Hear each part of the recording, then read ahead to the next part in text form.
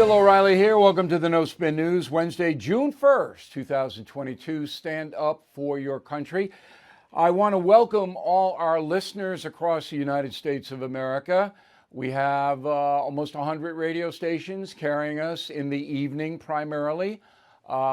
This is a brand new phenomenon that the No Spin News goes to radio in its full hour content. As you may know, we do an O'Reilly update for about 300 stations during the day, but now many of those stations are so pleased with what we're producing, they are taking our full 42 minutes of the No Spin News in the evening. So that's a really good thing. We are the fastest expanding independent news organization in the world. And there is a reason for that, not just me. I am just the messenger. But the message is that we will cover the news fearlessly and do stories nobody else will do. And the Talking Points memo this evening is a demonstration of that. It is on race and crime. So there is racism in the criminal justice system, but not the way you think. Not the way you think. Not the way it's been portrayed. The racism is that the criminal justice system will not combat crime in the poor black neighborhoods as they do in the affluent white neighborhoods. There's a huge difference in enforcement, in what happens, in reporting, in everything. It's not police brutality, although that happens, but not a lot according to the stats. It's looking away. And Chicago is the best example. So this astronomical murder rate there is concentrated in the black neighborhoods. And the mayor is black. And I think the police chief is black there too, but they don't do anything to stop the carnage. They say they do, but they don't. And the white governor, Pritzker, who could have moved the National Guard in there years ago, refuses to do it. They're afraid to do it. They're afraid that they'll be branded by someone as anti-black, so they ignore it. That is the crux of the matter. Now, let me back it up with some stats. So, in America, about 33% of all violent crime victims are African American, according to the Heritage Foundation, and I believe that stat is true. Might even be higher, because some victims don't report. So 33% of all people hurt by criminals are black. African Americans make up 13% of the entire American population. So you can see it's double. The victimization is double. Murderers in the USA, 54% are black. Convicted murderers, 54%. On a 13% population, that's according to the FBI. I mean, way out of whack.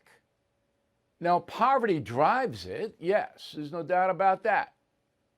But the media, the corrupt corporate media, will not report any of this.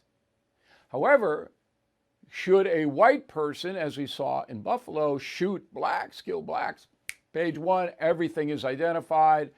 It's whites against blacks. Okay, so that's the truth. Let me give you two very interesting cases. So after Uvalde in Texas, become a huge story because 19 children were murdered. I mean, my God. And that is a stain upon the United States forever. Forever. Okay?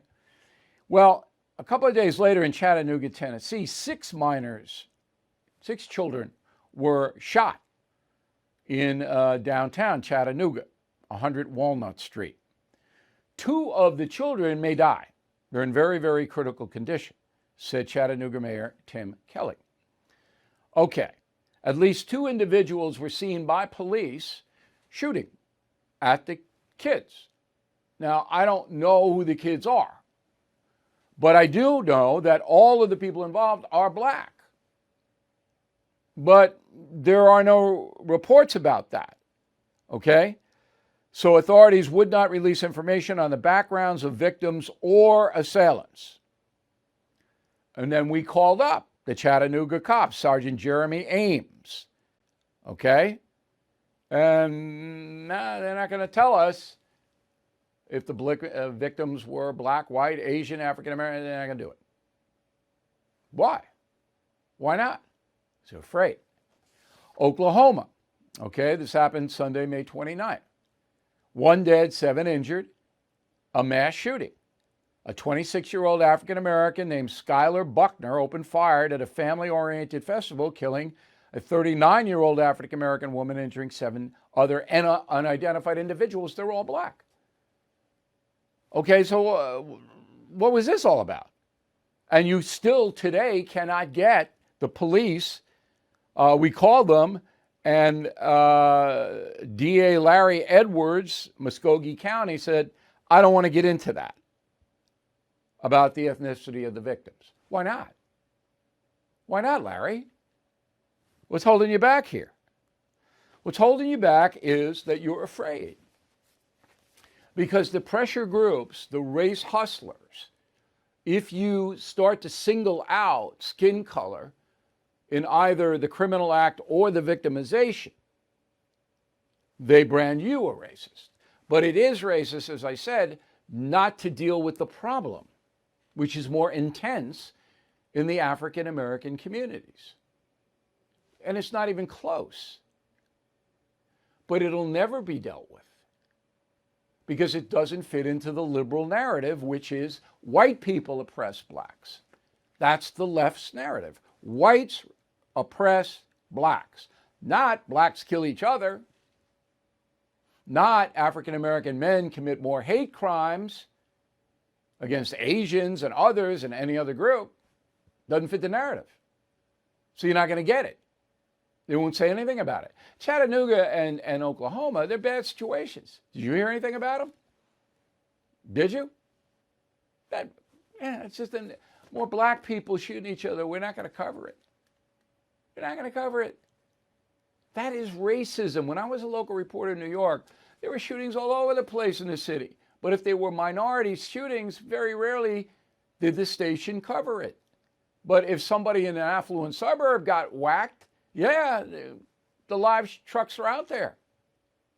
What do you think that is? What do you think that is? In order to solve the violence problem in America, which includes Uvalde and everything else, Chicago, New York, LA, you have to pinpoint the problems, why it's happening. And I write on BillO'Reilly.com, and if you care to read it, you'll see parenting. Okay, that's number one. Parenting. Almost every murderer in this country, terrible parents. Or no father. It pains me. It pains me to be in a country where the media is this corrupt, where they're afraid of everything. And if it goes against the liberal narrative, not going to be reported. Not at all. Okay. Let's go to Biden. So it is beyond any debate that the president is in trouble. There's no debate. Everyone knows it who's fair-minded. The Democratic Party knows it. Biden's advisors know it. Jill Biden knows it. He's in trouble. And in 5 months, it's going to be the midterms. Democrats are going to get wiped out. Okay. So his schedule today didn't have anything on it. He did a Zoom with the Coast Guard. They had a change of personnel. And at 2:30, he met another meeting. He has a meeting a day about infant formula shortages and, on and on and on and on. That's what he did. But there is a major controversy involving Mr. Biden of his own making again. So Ukraine, we're now into 100 days of the war. And Putin has given up trying to conquer the entire country. He wants to conquer the eastern part of the country, which he eventually will. So NATO and America are sending weapons to help the Ukrainians fight off Putin, which is a good thing because the weaker you can make Putin, the better it is for the world. So now the Ukrainians want missiles to shoot down Russian aircraft and, to barrage the invaders. Here's what Biden said on May 30th. Go. Are you going to send long-range rocket systems to Ukraine? We're not going to send to Ukraine rocket systems that can strike into Russia. Okay. One day later, May 31st, Biden wrote an op-ed in the New York Times, which he didn't really write, and it said, quote, "I've decided that we will provide the Ukrainians with more advanced rocket systems and munitions that will enable them to more precisely strike key targets on the battlefield in Ukraine." So now you can do semantics, but if you give the Ukrainians the missile systems, they can go to Russia because it's a bordering nation. Okay? So one day Biden said, no, we're not going to do it. The next day he said, yeah, we're going to do it. This just epitomizes the befuddlement of the man. But here's the worst part about it. Why say anything? Why? You don't owe it to anybody. Send the Ukrainians things, classify it. You don't have to tell everybody what you're doing. That's not military strategy. My God. And of course, as soon as Putin hears that, we could wipe out the USA with Satan missile. Not that I care what Putin says, but why exacerbate, word of the day, the situation? Why doing this? Because Biden doesn't know what he's doing. I'm praying we don't have a major international crisis.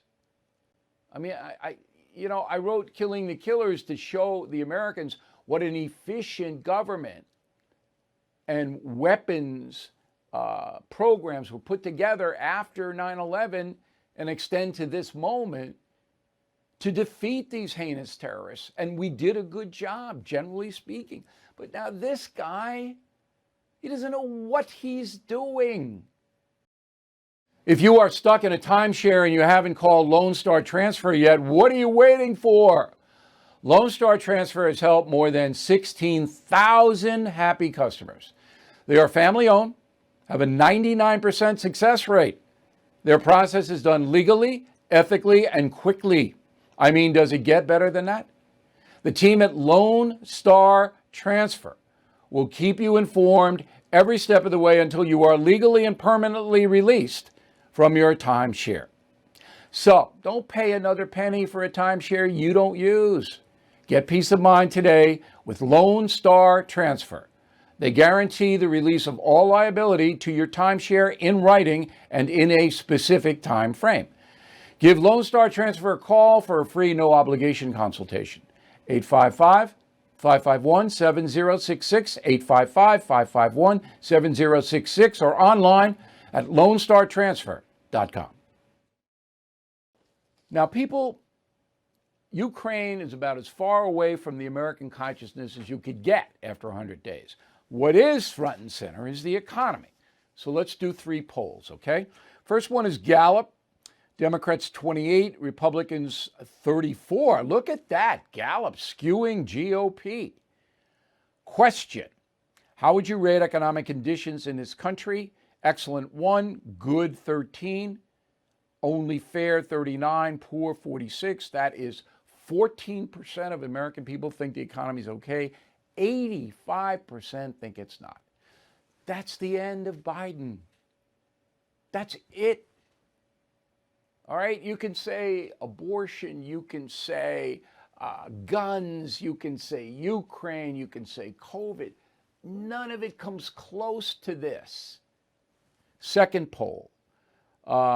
This is Trafalgar. Let's do another Gallup. Right now, do you think the economic conditions in the country as a whole are getting better or worse? Getting better 20, getting worse 77. Okay, so you see. This is Trafalgar, all right? Democrat 39, Republican 36. Okay. Which do you believe is the leading contributor to rising inflation? President Biden's policies and spending, 60%, Russia's war with Ukraine, 32. So Biden's getting the blame all around, as he should. There's only one stat that matters. Only one. When Trump left office, inflation 1.4%. Now it's about 11% when you add in everything, and it's going higher. That's the only stat that matters. 1.4 to 11. Trump had COVID.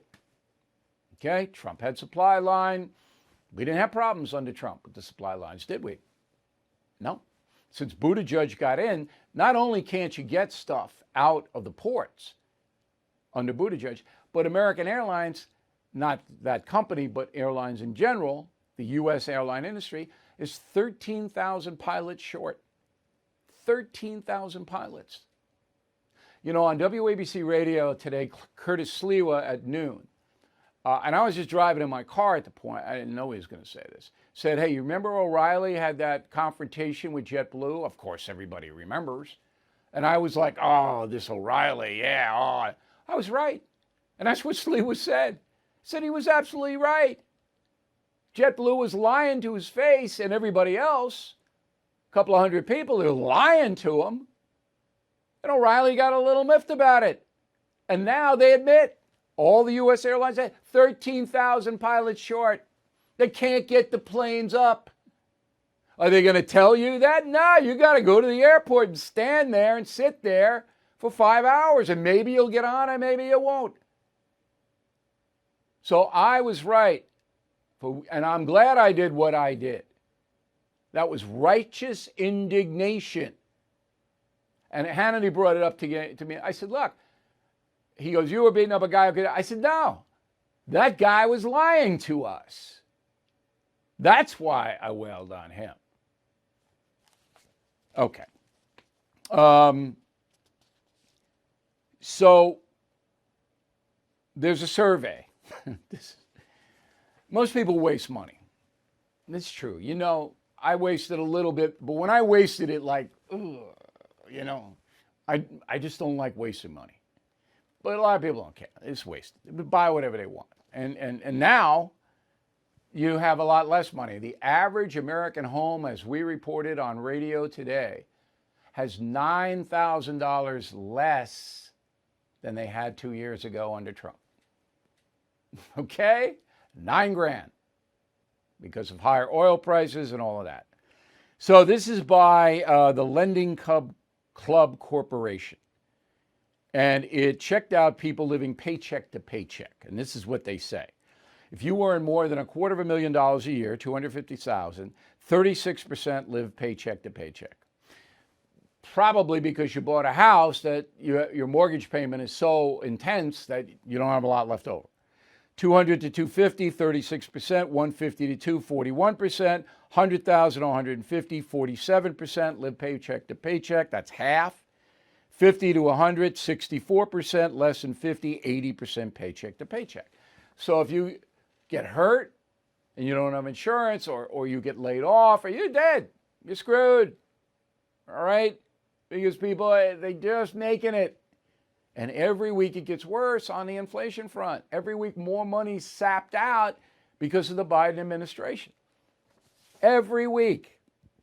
So, as I've said for about 6 months now, Biden's not going to run again. It doesn't matter what they say. He's not running again. It's impossible. When they get waxed in November, he loses to both houses. He's going to sit there. He's going to do nothing. His executive orders will be challenged in federal court. As soon as he writes them, he's done. So who's going to run on the Democratic side against Trump or whoever might be the GOP nominee? Well, Kamala Harris would be the person, usually. But a Politico did Los Angeles Times analyzed the polls this month about Harris, and she has a 40% average approval rating, about 54% disapprove. That's almost as bad as Biden. Biden's down to the high 30s. Harris is at 40. Why? Because Kamala Harris comes off as a nitwit. Go. You know, when we talk about our children, I know for this group, we all believe that when we talk about the children of the community, they are children of the community. That is especially true when it comes to the climate crisis, which is why we will work together and continue to work together to address these issues, to tackle these challenges, and to work together as we continue to work, operating from the new norms, rules, and agreements that we will convene to work together on to galvanize global action. We were all doing a tour of the library here and talking about the significance of the passage of time, right? The significance of the passage of time. So when you think about it, there is great significance to the passage of time in terms of what we need to do to lay these wires, what we need to do to create these jobs. And there is such great significance to the passage of time when we think about a day in the life of our children.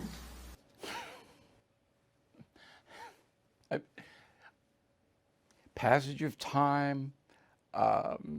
We talk about the children of the community. They are the children of the community. Now, throughout history, vice presidents have very rarely been nominated because of their achievements. It's not a meritocracy position, to be fair. They throw people in there for a variety of reasons. Andrew Jackson put Martin Van Buren in there simply because Van Buren kissed his butt. That's all. That's the only reason Van Buren was vice president under Andrew Jackson. I can go on and on and on, but you don't care.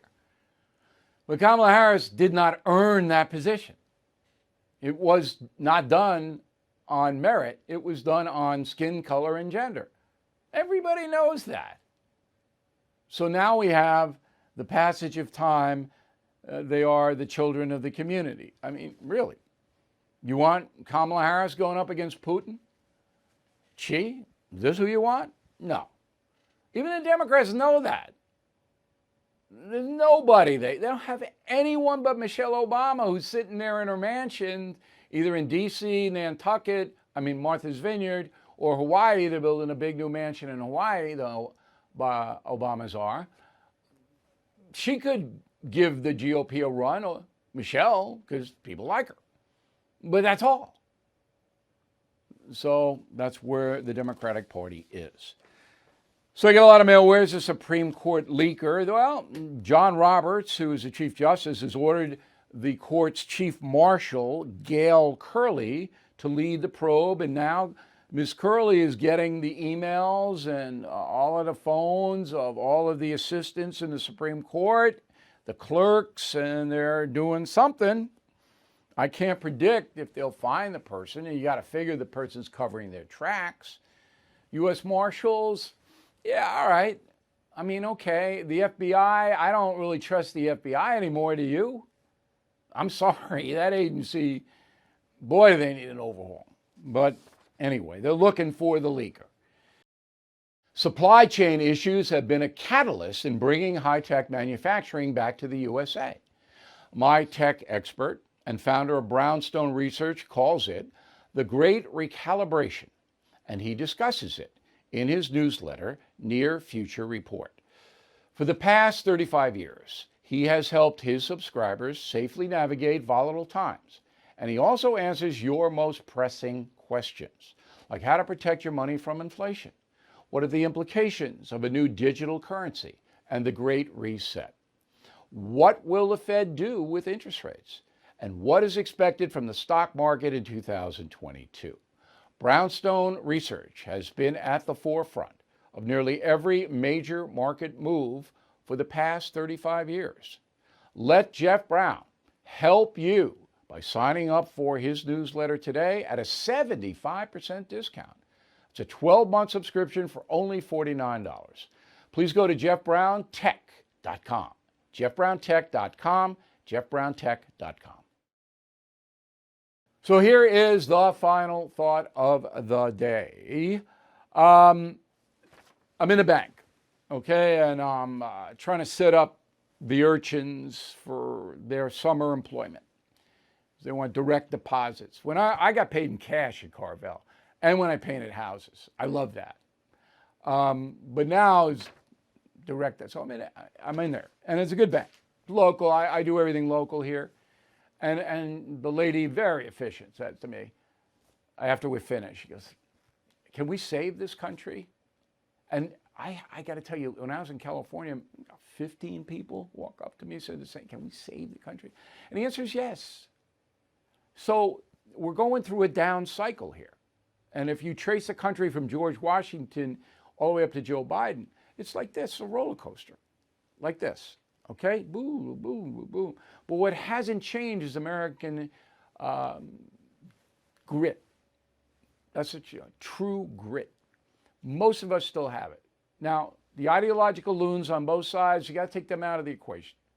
Okay, but most working people are really solid. Got to get rid of Joe Biden. He's got to go. I mean, he's right now the second worst president ever. It's him and Herbert Hoover, but Buchanan will always be the worst, but it's like this. And he's not going to get any better. But the midterms will neuter him.